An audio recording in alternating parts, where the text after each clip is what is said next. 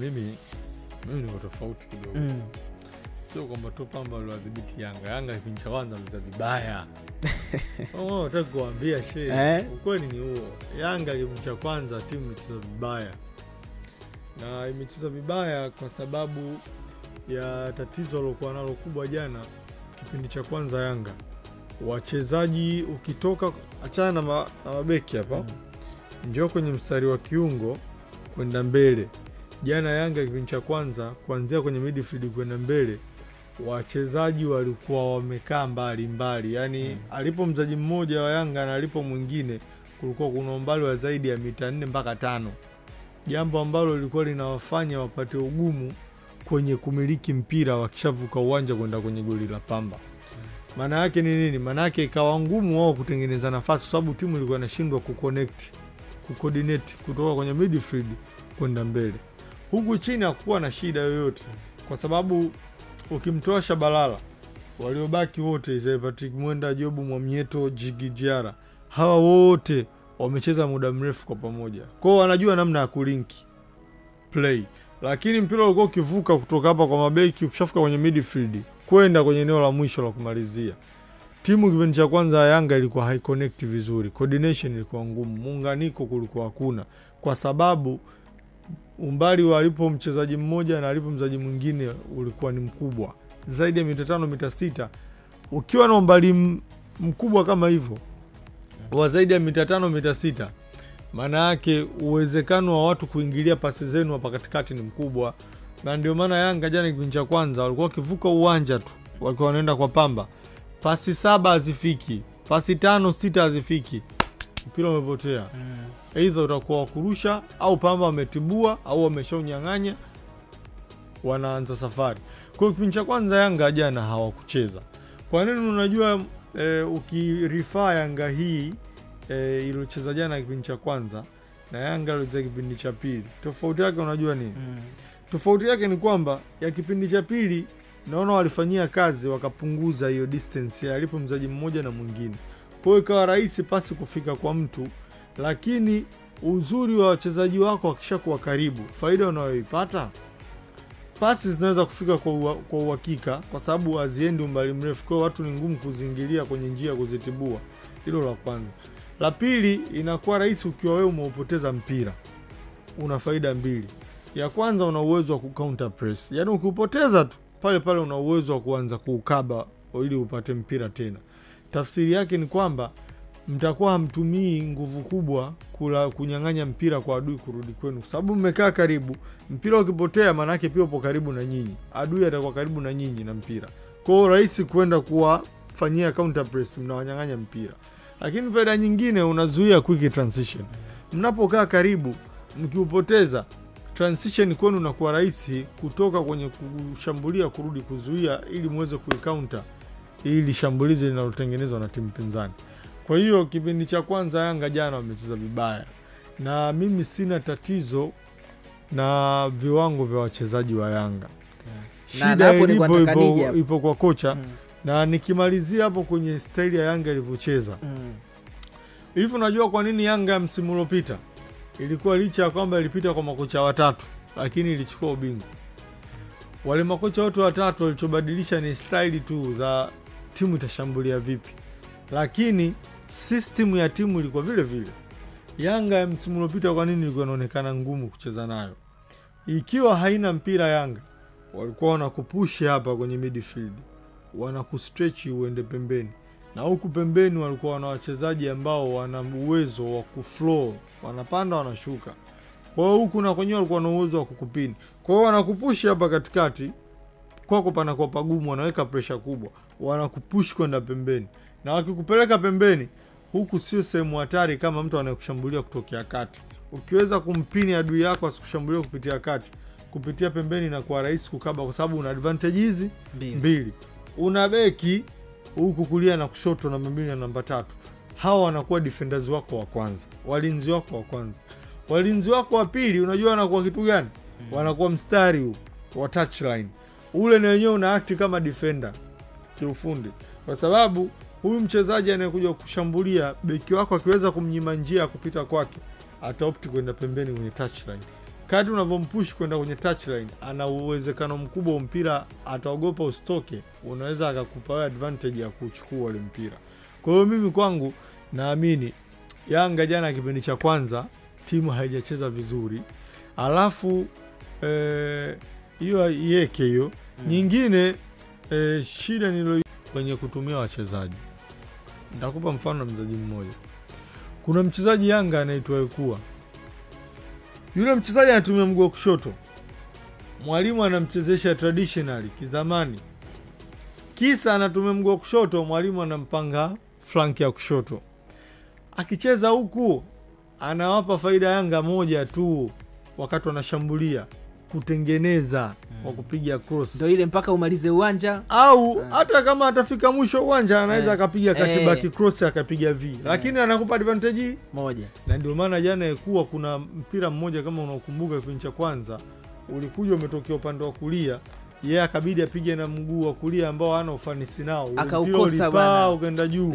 Kweli. Lakini unajiuliza angekuwa ametokea upande wa kulia na yeye anatumia mguu wa kushoto, ule mpira angeukevu kwa mguu wa kushoto kwenda far post. Kwa hiyo mwalimu nimemwona alikuwa anamtumia kwenye mechi ya wiki ya Mwananchi, kamtumia kama winga ama mshambuliaji anayetokea kushoto. Kwenye mechi ya Yanga dhidi ya Simba na ilikuwa akapata nafasi, alikutana yeye na Musa Pinpin Kamara, alafu kulia kwake alikuwa yuko Mzize. Akataka kupiga pasi kwa sababu kufunga alishindwa, yengo ishakuwa ngumu kwa mguu wake anapotokea. Amepiga pasi, Rushine kaja akaiblock. Mechi ambayo wamecheza jana pia nitakupa mfano. Jana pia akamchezesha huko. Hata ile mechi ya kimataifa waliocheza Angola, kamchezesha huko kushoto. Mechi ya jana kamchezesha huko kushoto. Mchezaji anakuwa hana impact. Mashabiki ambao baadhi yao hawana uelewa mkubwa na mpira watamwona kuwa anazingua. Kumbe anayezingua ni mwalimu kumpanga kule, lakini angekuwa anamchezesha kule alikocheza Edmund jana, angekuwa anamchezesha Ekua atokea upande wa kulia. Lakini kuna muda walibadilishana kuingia akitokea upande wa kulia kwa sababu pale anakuwa na faida mbili, sio moja. Kule ana uwezo wa kutengeneza, lakini ana uwezo ukiacha kutengeneza kupiga in swing cross, lakini ana uwezo wa kucut in mwenyewe, akatandika, akapiga mwenyewe, au akacheza combination of play wakafungua njia akapiga. Lakini ukimchezesha upande huu kwa siku zote ataonekana mpira ajui anabahatisha. Kumbe ni namna mwalimu anavyomtumia. Kuwa hatumiki vizuri. Mwalimu position anayomchezesha ni sahihi, lakini upande anaotokea wa kushoto kwangu mimi kwa kuwa kule ana struggle, anapata tabu sana. Sawa. Ukitizama mabao ambayo Yanga ukweli ambao pengine mashabiki wengi hawajaugundua au whatever the case, lakini ukweli ni kwamba Yanga wameanza upya. Yaani Yanga wameanza upya. Mimi sitaki kuamini kwamba mwalimu hata kikosi anachokipanga eti kuna sababu nyingi kwamba ana mechi Jumamosi, sijui anahofia atapoteza ndio maana anafanya mabadiliko. Hapana. Naamini anafanya rotation kuwapa nafasi baadhi ya wachezaji kama wakina Boyeli jana. Lakini hata jana Boyeli utamuona tu kama anabahatisha kwa sababu timu alianza nayo kucheza ilikuwa inafanya makosa mengi. Jana timu kupossess tu kulikuwa kuna tatizo. Mashabiki wa Yanga wanatakiwa wajue kocha wao huyu amekuja amewaanzisha upya. Na hizi ndo changamoto ambazo mara nyingi nazizungumza mimi. Zinatokana na walimu kuzikuta timu hazina falsafa. Na hapo kabla hujafika mbali, Yanga mwalimu hawana falsafa. Ukija kwenye kipindi ambacho Gamondi alikuwa anacheza Nabi, timu zote za Tanzania I say, kwa hiyo manake Yanga wanafuata upepo wa kocha. Exactly. So Yanga na klabu zingine zote wana respond vile ambavyo kocha anataka. Yaani kocha anapokuja anataka hiki, klabu inatoa response ya kumpa wachezaji labda kwa mfano wanaohitaji. Lakini kwenye uchezaji klabu hazina falsafa. Nitakupa mfano. Yanga msimu uliopita wakati ameondoka Miguel Gamondi, wakati amekuja Sid Ramovic alikuja na staili ya tofauti ya uchezaji na ile aliyokuwa anaitumia Miguel Gamondi, ambaye alikuwa ameshahudumu Yanga kwa msimu mzima.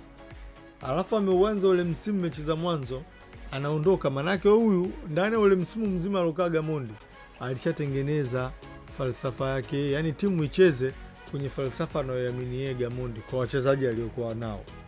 Anaingia Sidramovic Yanga, yeye kwa wachezaji aliokuwa nao akaja na staili yake tofauti ya kucheza inayoendana na falsafa anayoamini yeye.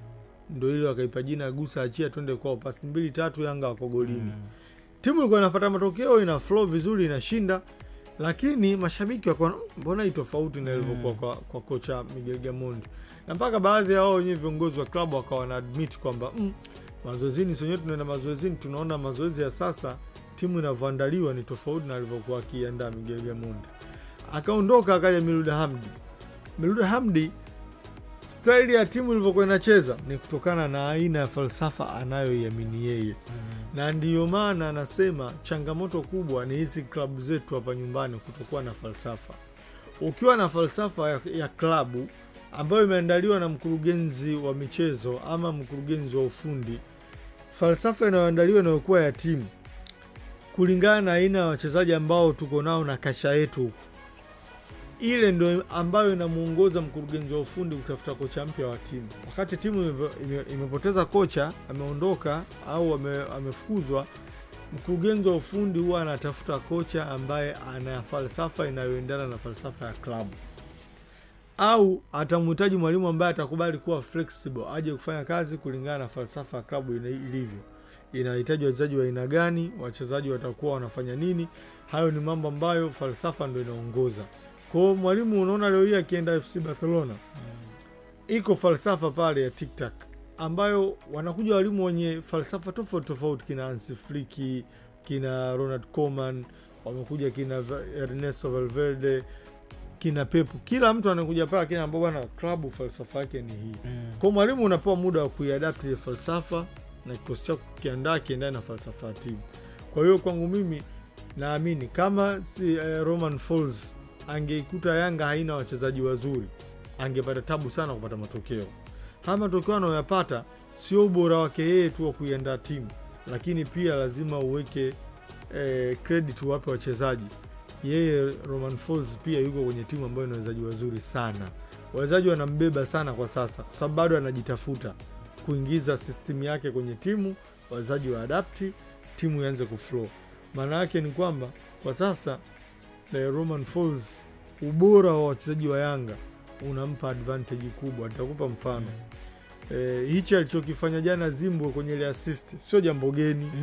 Yaani ile Zimbo ameshakuwa akifanya hivyo tangu yuko Simba. Yaani mpaka timu ya taifa anajua ana overlap, kuna muda anaenda mbele, anatengeneza assist, watu wanafunga. Sio jambo geni. Angalia goli alofunga Mudathir. Yaani kuna ugeni wa Mudathir kwenye lile. Tushazoea kumuona Mudathir kama box to box midfielder, timu inapokuwa na mpira ikifika mbele na huwa anaingia kwenye box, anaongezeka. Pako Mzuzu zile cross amekuwa akipiga za style ile tangu tumemfahamu amekuja Yanga. Kwa pale unagundua hakukuwa na kitu kipya kwenye yale magoli ya Yanga ya jana walotengeneza goli la pili na goli la tatu. Kwa sababu wale wachezaji hata kabla Romain Folz hajaja ndivyo walivyokuwa wakifanya vile na walikuwa wakisaidia Yanga kupata matokeo. Kwa hiyo kwangu naamini kwa sasa wakati Romain Folz anajaribu kuintroduce vitu vipya kwenye timu, ana bahati amekutana na timu ambayo ina wachezaji wengi wazuri. Kwa hiyo kwake yeye wanamsaidia kwenye hichi kipindi ambacho anajaribu kuleta vitu vipya kwenye timu, wao wanaendelea kudeliver. Lakini ukiniambia kwa mwanga unaonekana kwa mbali sana kwamba anachokitaka Romain Folz kinawezekana, lakini ana baadhi ya mambo anatakiwa abadilishe. Kwa mfano namna anavyowatumia wachezaji, nimekueleza mfano wa Ekua namna anavyomtumia. Mimi naamini anawezekana kabisa akaja kuwa kocha mzuri, lakini kwa sasa lazima una vitu abadilishe kwenye kipindi hichi ambacho hata yeye anaingiza vitu vipya kwenye timu. Pia kuna mambo mawili kwa Folz. Yanga hapo wana beti. Wanacheza kamari hapo kwa Romain Folz. Inawezekana wakampa muda akafanya vizuri. Inawezekana akapewa muda asifanye vizuri. Inawezekana wakaamua kumwacha, wakamleta mtu kama Nabi ambaye mimi sina mashaka. Mtu kama Nasreddine Nabi akija kwenye Yanga ile ndio ya moto sana kuliko Yanga aloiacha. Basi kwa maana hiyo Folz ana uwezo mdogo ukimlinganisha na Nabi. Exactly. Sasa Nabi alikuta Yanga ikiwa mbovu, akasaidia kuisuka mpaka system nzuri ya timu ikawa imara, ndo akaja akaondoka. Romain Folz kaja amekuta tayari kuna system watu walishazi establish. Sheikh alichokifanya Nabi ndio alikuwa mkombozi wa kwanza wa ngambo. Yeye ndo alianza kuisuka system ya Yanga. Baada ya system kuwa imara anaondoka pale Yanga, makocha walokuja kama kina Gamondi walikuja kufanya some adjustment. Baadhi tu ya vitu vichache ndo customize ili wapate wanachokitaka kwa wachezaji. Lakini amekuja huyu kocha, yeye ametaka kuleta kitu kipya kwenye timu. Maana yake kinaonekana kitawachukua muda kidogo Yanga mpaka kije kuingia na kiklik. Ndio maana nasema wakimpa muda anaweza kweli akawasaidia baadaye huko mbeleni. Lakini zikitokea hizo changamoto za pressure za Yanga siku imeingia uwanjani imekosa matokeo, watamshika mashati ule kocha. Lakini nikasema kwa kocha kama Nabi, leo hii unamleta pale Yanga pap hapa barani Afrika. Ni Nabi ndio unaweza leo pale ukamkurupusha kwamba hii Yanga rudi njoo fundisha. Na Nabi ana uwezo wa kuifanya ile Yanga ikawa ya moto kuliko ile aliyoiacha yeye Nabi. Kwa sababu mimi ninachoamini Yanga ya sasa ni kali kuliko Yanga aliyoiacha Nabi. Na Nabi kwa nini nakwambia Yanga hii ana uwezo wa kuja kufanya makubwa zaidi? Ni kwa sababu Yanga aliyoiacha kipindi kile yeye ndo aliifanya ilikuwa hatari kwa kipindi kile. Ndio maana walipokuja makocha wenzake wakafanya adjustment tu na timu ikaonekana ina flow vizuri. Leo hii uje mpe Yanga hii ambayo ina wachezaji wazuri vile. Hiyo sasa ndio kama kazi yake inakuwa lights kama kumsukuma mlevi kwenye mlima anaanguka tu. Sawa, tuko na Mshua hapa. Mimi nafikiri nitatofautiana na watu wengi. Na msimamo wangu siwezi kubadilisha. Kinachoiathiri Yanga kwa sasa ambacho watu wanakiona kama ni madhaifu ni system ya sasa ya kocha. Bado wachezaji inaonekana hawaja capture vizuri vitu. Lakini ukiniambia ni Musa Bala Conte ndio tatizo, siwezi kukubali. Mimi hata Azizi Andabwile, si unaona ameperform vizuri kwenye mechi iliyopita ya kimataifa. Si umeona ameperform vizuri kwenye mechi iliyopita dhidi ya Simba. Lakini mimi bado Azizi Andabwile sijampa tiki. Ni mchezaji ambaye anahitaji kupewa muda. Watu wasimjaze sifa sasa hivi Azizi Andabwile. Siku akaja kuflop wakamgeuka. Mashabiki wa mpira tunawajua. Azizi Andabwile hakuwa anapata nafasi hapo zamani msimu uliopita wakati amekuja. Sasa hivi kaanza kupewa nafasi, anaonyesha ana kitu kikubwa anakitoa, anaisaidia timu. Lakini hii haipaswi kuwa hamasa ya mwanzo kutoka kwa watu kuanza kumjaza sifa kwenye mechi mbili alizocheza vizuri, mechi ya Simba na mechi ya kimataifa. Bado tumpe muda, ana vitu vingi vya kujifunza ili aweze kuisecure nafasi ambayo iliachwa na Khalid Aucho pale. Lakini Musa Bala Conte, haya ambayo nyinyi mnayaona anashindwa kuyafanya, sio kwamba Musa Bala Conte ni mchezaji mbaya, sio mchezaji katika umri wake na uzoefu alionao Bala Conte eti leo hii atakuwa anafeli kwenye positioning, namna ya kukaa kwenye eneo, kucheza kwenye nafasi. Kitu ambacho bado naona Yanga ni tatizo ni system mpya aliyoitambulisha kocha wao kwenye timu. Bado inaonekana sio wachezaji tu waliokuwepo msimu uliopita, hata hawa wapya kuiadapt bado inaonekana timu haijaseto. Na mwalimu mimi naona anapata changamoto bado kwenye upanga kikosi. Anabadilisha. Unafikiri mechi ya dabi ya Simba asingesaidiwa kwenye kikosi angetoboa? Kulikuwa kuna ugumu. Hiyo mjini hiyo. Ile mechi ya dabi. Ngoja. Kwa shaka inaonekana Yanga wamebahatisha kwa ukocha. Hapana, si mgeni. Lazima kuna details wanampa. Kwa sababu bado mgeni. Lakini mechi ya Simba na Yanga, Yanga ya jamii, kama wasingemsaidia kwenye kikosi kukiandaa nani acheze aanze kikosi cha kwanza, pengine mashabiki wa Yanga wangejikuta kwenye simanzi. Na unajua mimi nilifanya utafiti nation kwenye mechi za Yanga alizomfunga Simba zile 5 mfululizo kabla ya juzi hapa ya kuwa mechi ya 6. Ile mechi ya juzi ndo Yanga wamecheza vibaya kuliko mechi zote alizomfunga Simba mfululizo. Yaani ya juzi walomfunga 1-0, Yanga hakucheza vizuri. Zile mara 5 zilizopita Yanga alikuwa anamfunga Simba afu Simba anateseka uwanjani. Lakini juzi Yanga akamfunga Simba afu Simba wala hawakuwa wameteseka. Ni kwa sababu ya upya wa mwalimu pia ulikuwa na impact. Watu walibidi wamsaidie, unajua. Kwamba Roman huyu anatakiwa aanze, huyu aanze. Kipindi cha pili anakuja kufanya mabadiliko, pale huwezi tena kumuingilia mwalimu wala kumshauri. Pale inabidi wamwache afanye maamuzi mwenyewe kutokana na alichokuwa anakiona uwanjani.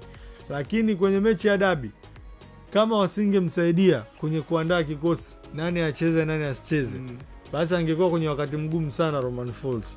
Ndio maana nikakwambia siku akutana na timu ikamnyima matokeo, pressure atakayokutana nayo Romain Folz itakuwa ni kubwa sana. Sasa hivi inawezekana ikawa ngumu kwa watu wengi, hususan mashabiki wa Yanga kunielewa, lakini bila msaada aliopata Romain Folz kwenye mechi ya Yanga na Simba Ngao Jamii kwenye kupanga kikosi, basi angeweza kuwa na wakati mgumu sana kwenye ile mechi. Na ule ndio muhimu wa kuwa na wasaidizi wazuri ambao wanaifahamu vizuri timu. Na Young Africans washukuru wana rais kwa sasa kama Engineers. Maana yake wao kwa katika kuhusika kwao kumsaidia mwalimu kwenye kuandaa kikosi dhidi ya Simba ndio kilifanya Yanga ikapata matokeo. Mwalimu ana mchango wake, hatuwezi kuupinga. Timu ilivyokuwa inacheza dhidi ya Simba pale uwanjani, kuna vitu kwa anaviona akaona vina uhitaji wa mabadiliko ya haraka, lakini still watu waliokuwa nyuma yake wanampa backup, walimsaidia katika lile. Kwa hiyo hata kama sasa hivi wanataka kumpa muda, kuna watu wanatakiwa waendelee kumpa backup mwalimu ili at least asipate pressure kubwa kwa sasa kutoka nje. Sawa, tayari tuko na washindi